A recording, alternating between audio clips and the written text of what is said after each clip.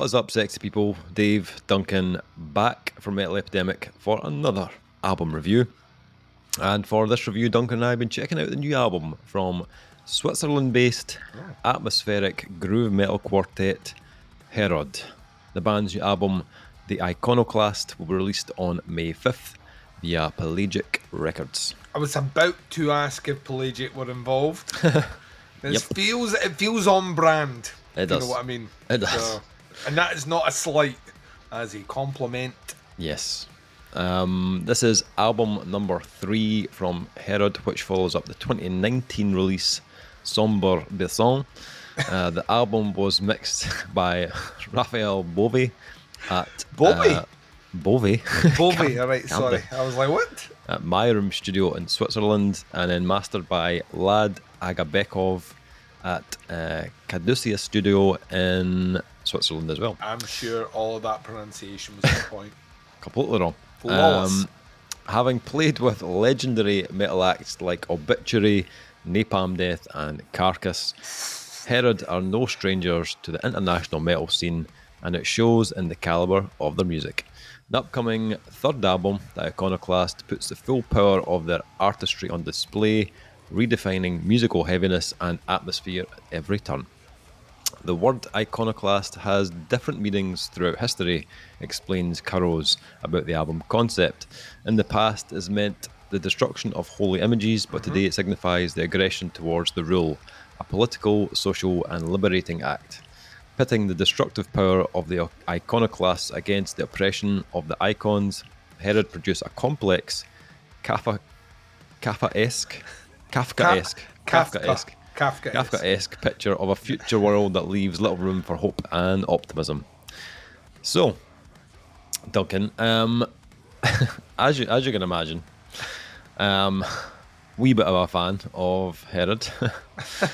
So you'd heard them before? Oh yeah. Right, that's fine. I had not. Yes. So. Yes. Another one of these Davey secret bands where he doesn't share with his pal. This is pre-Metal Epidemic. It is pre-Metal, but we were still chatting. This is pre us doing reviews, so I didn't have to send you things. Pre-friendship. We were still sending each other albums in 2019. Wasn't these guys in 97?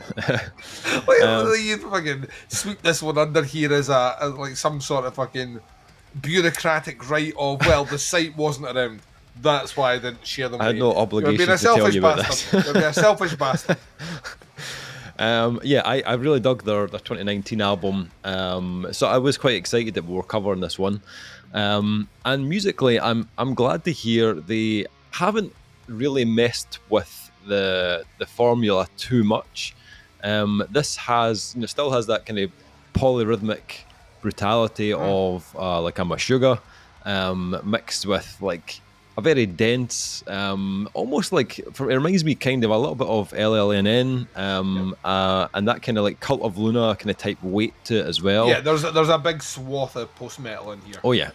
And that mix of just kind of punishing grooves, slow kind of churning riffs is all over this in spades. It's the girth on those opening tracks is like 9 inches round. Oh. I mean, too big to take, dog. No, It is too big.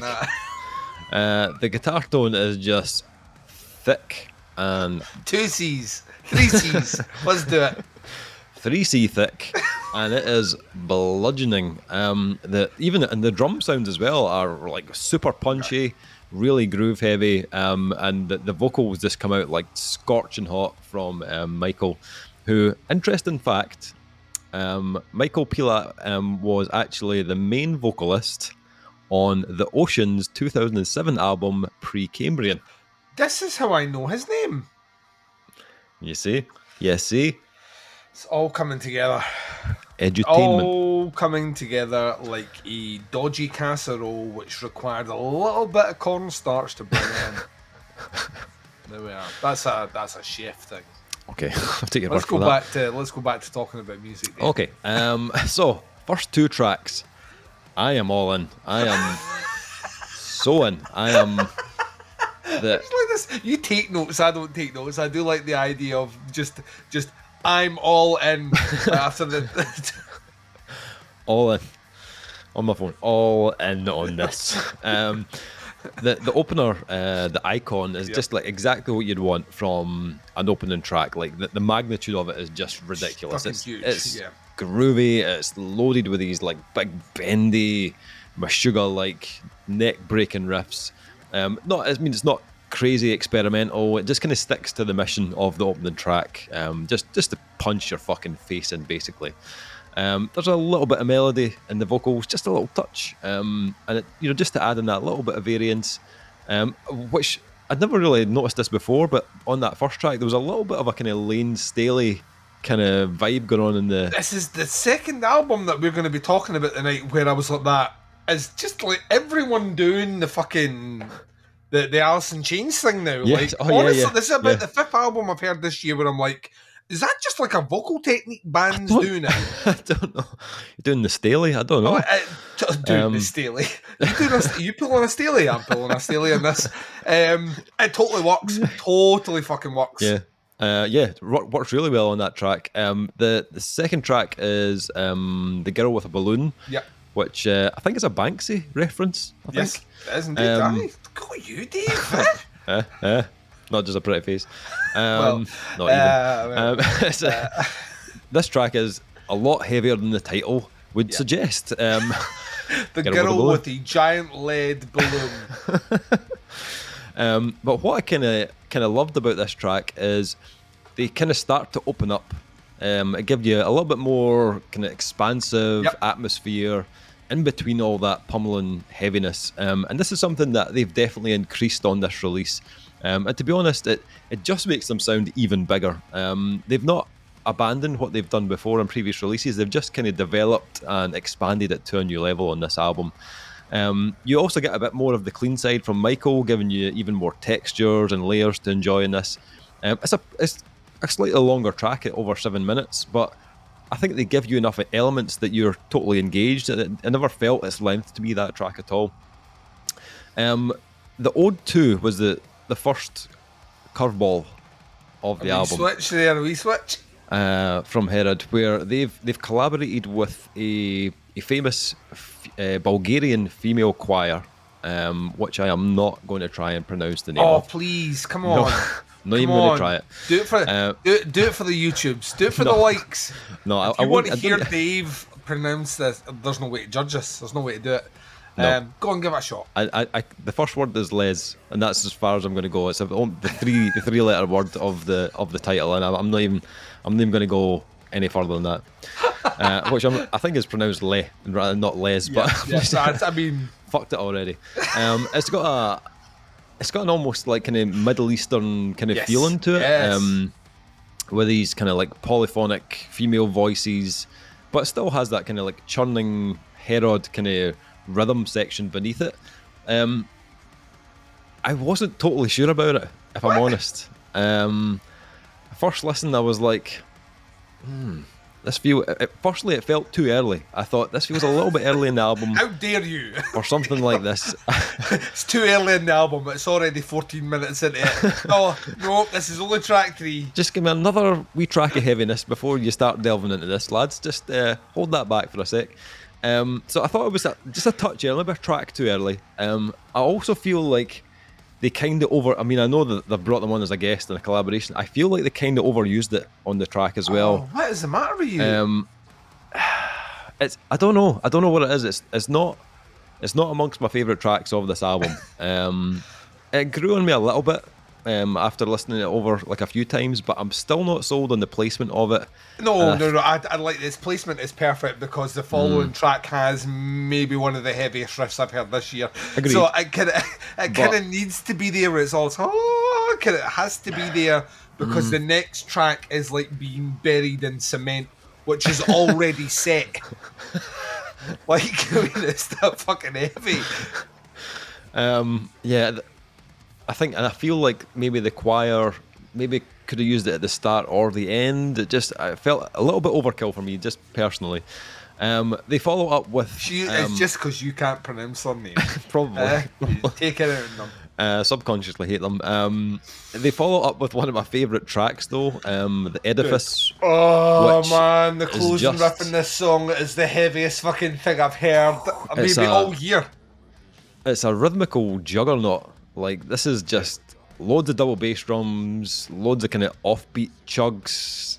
There's some nice atmospheric sections in there as well. And I actually, when that track came on, I was like, hold on a minute, I need to get my big headphones for this. Like, it was like one of those moments. Like Get the the big ones on. antennas that come out. Yes, here we go. Antennas, room for two cans. Let's do this. Plugged into the mains. Yeah, and it sounded unbelievable through. If you got a big set of headphones, good quality, yeah, get them on because it sounds fucking unbelievable. You're right in the middle. The closing riff, right? That kind of dun dun dun dun dun dun dun dun dun dun dun. But then they do a thing I don't think I've ever heard any band do. They play what feels like a wrong note, but it makes it even heavier. It's like instead of playing the root note, they go the root note, which I thought was the fucking open string, that apparently is an open string. And when they play that, I was like, oh yeah, fucking, like literally I wince. But I was like, fucking like proper stank face, proper pickled onion stank face. Yeah. It's like I actually just want to just give them a 5 for that. I honestly, that way we listen to so much heavy stuff, right? Listen to so much heavy music that you forget the power of a detuned chugging groove. It can be more powerful than simplicity. Can be more powerful than any fucking here comes the breakdown. You know, like you get something like that. I could see in my mind's eye 200 people with devil horns out just fucking headbanging, and that's all I need. It's so good. Yeah. And like it just keeps on coming. Like it just like every track, you're just like it keeps on coming or the becoming, Dave. It's a nice track. Every track has one of those moments where you're just like giving it the old stank face, just like, oh Jesus Christ. But the last two tracks, the Obsolete and the Prophecy, really for me they kind of highlighted what kind of beast Herod have become. The Obsolete, it's funny it's called the Obsolete because it's very Meshuggah, kind of like Kolos era Meshuggah, where it's, you know, quite repetitive in its kind of main components, but they like alternate little ends of the riffs, or they change the pattern ever so slightly, keep you on your toes. I know what you mean. Like the Prophecy sounds just like Soulfly. No, it doesn't. No, it doesn't. I'm always joking. Listeners, I'm always joking. The closing track is the Prophecy, and it's one that, again, like the Ode to, it gives you something a little bit slightly different than the rest of the album, where they go lean a bit more into the melody, along with that kind of brutal riffing. It also features Loic from The Ocean on vocals, so you get much more variation and contrast vocally on this one between Michael and Loic. I love Loic's voice. Like, we saw The Ocean just last year in Glasgow. He's fucking immaculate. He's so good live. Unbelievable voice. So the two of them together on this track is a real treat. The two tones just work brilliantly back and forth. But also when they come together and double up on that aggression and melody, it's a killer end to the album. I think this release definitely sees Herod push more towards a more kind of colossal delivery, like adding in even more atmosphere and weight to their sound. They always had a bit of atmosphere, but here it feels like they've just kind of widened it even more, and they're using it in a more efficient way on this album. I think it has much more impact on this release, the way they've incorporated it into those songs. The songwriting also feels tighter, a bit more refined in places. The riffs, though, and as always, I love the riffs on the last album, but here it's just like they pull you in even more than they did before.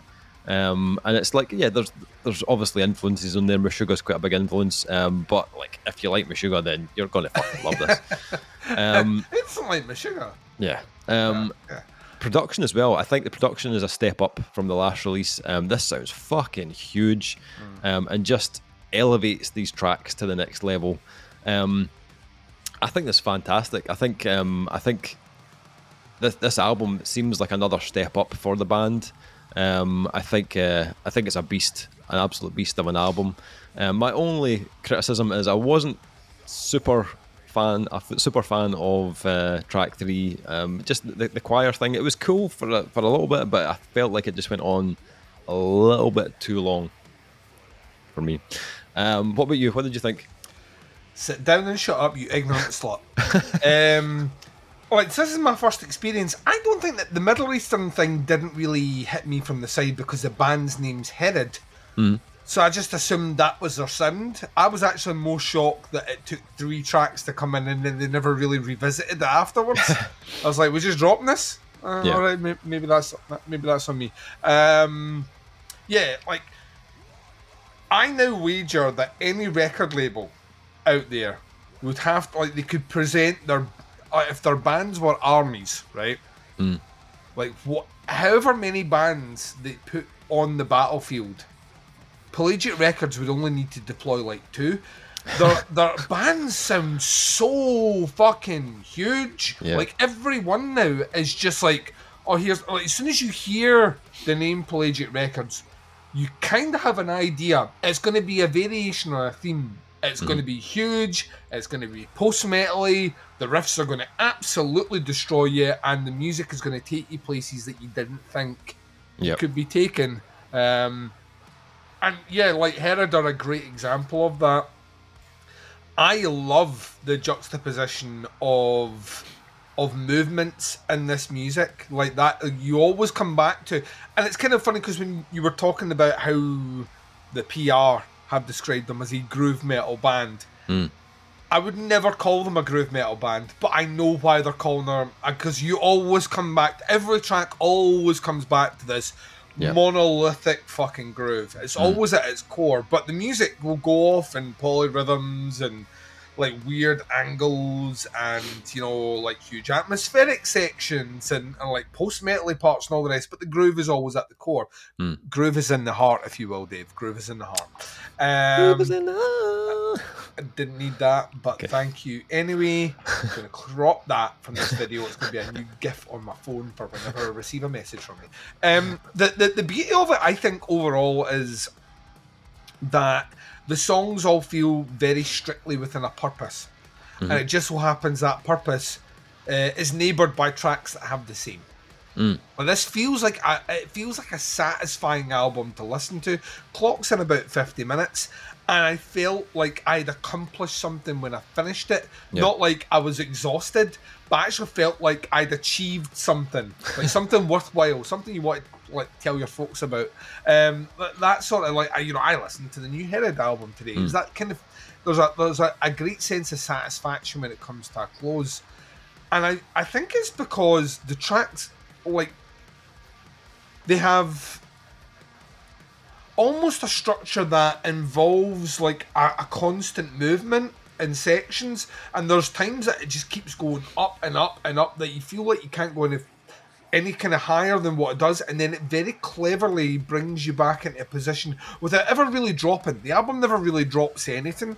It's always got this sustained level of heaviness. I think vocally it's really interesting. There's tons of techniques happening here. There's plenty of melody. At times you wouldn't necessarily expect it, but it really works. I, unlike you, like the choir element. I think track 3, mostly because, like I stressed, the Edifice has honestly maybe 2 or 3 of the heaviest riffs I've heard this year. Just to the point where I felt they were disgusting, and I kind of feel like I was, now that you've even mentioned it, I'm thinking I don't think I could put any other track in that spot between the girl with a balloon and that track and feel satisfied about it. So it kind of makes sense to me. It is the odd one out. You are right on that one. It's the one that stylistically has the most disparate sound from everything else. It also brings in a technique that isn't really utilised anywhere else, and a tone which isn't really covered. That being said, I kind of like them getting out of the way relatively early. I don't know how I would feel with it later on in the album. The flow between the Edifice of Becoming, the Intergloom, the Obsolete, the Prophecy is immaculate, so I couldn't really see me putting it anywhere else, if that makes sense. I just love that flow. I like it though. As a technique, I actually think it works really, really well over it. If I'm honest, I would have liked to see a little bit more later on in the album as a cohesive tie-in. It does kind of feel like a bit of a gimmick song. I don't know if that's what you were getting to or whatever. It does kind of feel like we've had them for the day, let's use them for the day sort of thing. But the gimmick to me isn't a bad gimmick, it's just that it doesn't naturally tie in with anything else on the album, where I feel like they probably could have. Even if it was like for background effect on other tracks, I would have done that. I liked it as an element. I would have liked a little bit more of it. Right. Production is as close to a chef's kiss as that Pelagic production. Is that like, if there was an Insta filter for Pelagic bands, it would be Steel. They all just sound like the most metal sound ever. It's so weird to describe. Everything, like the drums are fucking huge. The guitars are like, if you told me 17 guitarists played in this album, I would believe it sounds that fucking heavy. But all the elements, all the nuance and all the touch to details in the tracks that are in the mix that come out, whether it's sections of this kind of almost synth-like ambience lift tracks, handled fucking great. So it sounds like an event. It sounds huge. Lastly, the structure. Notwithstanding track 3, which we've both spoken about, I think they're onto something here. Now, I know you're saying they're 3 albums in. I don't know if all the albums have always been structured this way, but it's difficult to maintain a sense of like full engagement when tracks are all. It's why I sometimes check it in Meshuggah albums. I get like to about track 5 and I'm like, okay, we get it. You wrote this one with an abacus. like you know what I mean? There's a calculator, someone's writing boobless. But there's that level of, it kind of almost becomes overwhelming to the point that your brain just numbs to it. These guys don't have that. And that's quite interesting. I think it's down to the structure of the songs particularly and where they're placed on the album. It's very smartly done. There's never any bit which, even in tracks that like dare to go the 9-minute mark, where it feels like they're going too long. It's just very, very, very, very well done. I think they've got that like to a fine art. And then the closing track, you mentioned it before, A Buddy from the Ocean makes an appearance. His vocals are fucking great. Kind of makes me feel like, what would it be like if the reverse happens now? We get the other dude back in and we get like a pairing up there. I would listen to it. And come on, Pelagic Records, you know what I'm saying? Yeah, this is great. This is a genre now that I actually, the kind of weird thing is the kind of post-metal-y scene, of which I would actually put them into. They're not a traditional post-metal band, but a lot of post-metal bands we've listened to of late are not traditional post-metal bands. I would more put them in that line. I'm now of the opinion that there's a standard, and that standard's really high. So that's just what I expect. And the more remarkable ones are the ones that don't achieve that standard, and Herod achieved that standard. So I wasn't like drenched in sweat, bowled over by it. I just kind of expected it to be, after the first track, I kind of knew I was getting something special, and by the end of it, I had affirmed my suspicions from the start. So it's really fucking good. And I just wish you'd told me about them in 2019, Dave. But I mean, we can't build a time machine or anything. It wasn't as if we were in lockdown for a couple of years and had plenty of time to share albums, because neither one of us was doing anything except sitting at home. I mean, anywho, you can accept that apology. Ratings for this new album from Herod. I'm kind of I've been between scores on this one. The moments I'm like, yes, I've got it. This is it. I've got my score, and then I'll be like, oh no, wait a minute. No, I think it's this. This is probably my score. I'm still kind of unsure. I think it's devastatingly heavy with plenty of grooves. It'll give your neck a huge workout if that's what you're looking for. Production is killer, and the band sound like devastatingly tight. Few things though. I think these guys have more in the tank. I as good as this is, I feel like the last piece of the puzzle is still to come from these guys. That last kind of shift into what makes them truly unique. All right, because there's a lot of influences here, and you'll hear a lot of other bands like, oh, that sounds like this and sounds like that, but it'll happen. I know it will. Track 3 wasn't my favourite either. Didn't love it. Didn't love the placement of it either. So that kind of brings it down a little bit. I'm going to go, I'm going to go 4 out of 5 on this one. What are you thinking? See how you deliberate and you agonise over things, and I confidently say 4. It's a 4-star album. I mean, the genre that they're swimming in, there are bands that are better. I'm kind of with you. I think they're capable of that. Yeah. For sure. I think we're still... I still feel like there's an element that is in the tank somewhere that they just have to deploy for that 5-star album. I don't think they're far away from it. I mean, it's an immensely confidently assured written album. Yeah.